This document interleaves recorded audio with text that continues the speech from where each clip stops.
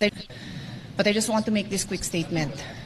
Parang walang nangyari. Yan po ang statement ng ating butihing Senadora Risa Hontiveros. Siguro po para sa inyong mga wala dito, pero para sa amin na nandito, napakaraming nangyari. Takot na takot po ako na kailangan ko na magpaalam sa mga anak ko. At yung staff ko, 2 pintuan ang pagitan ko sa putukan.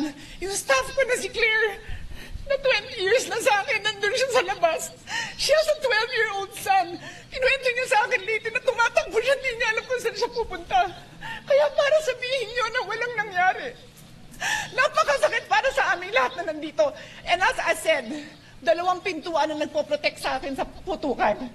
Pero yung media, yung Senate staff, yung hindi naman makauwi, din sila ang security, sila ang elevator, women and boys natin, nandoon po sila. So dear police, napakarami nang nangyari. And one more thing, wala ho akong sinisisi. Pero nung pagkatapos ng lahat, pagtingin ko ng group natin, yung dating majority group, walang ni isa sa inyong nangamusta sa amin. Some of you I've known for 20 years, 10 years, and I didn't even hear any of you say, kamusta na kayo dyan? Napakasakit na sa akin. Sobrang sakit. So yun lang ang masasabi ko. Yes, I am very ready to share my story, to ask questions. Pero kung wala ho kayo dito, huwag niyong questionin yung mga nangyari sa mga nandito.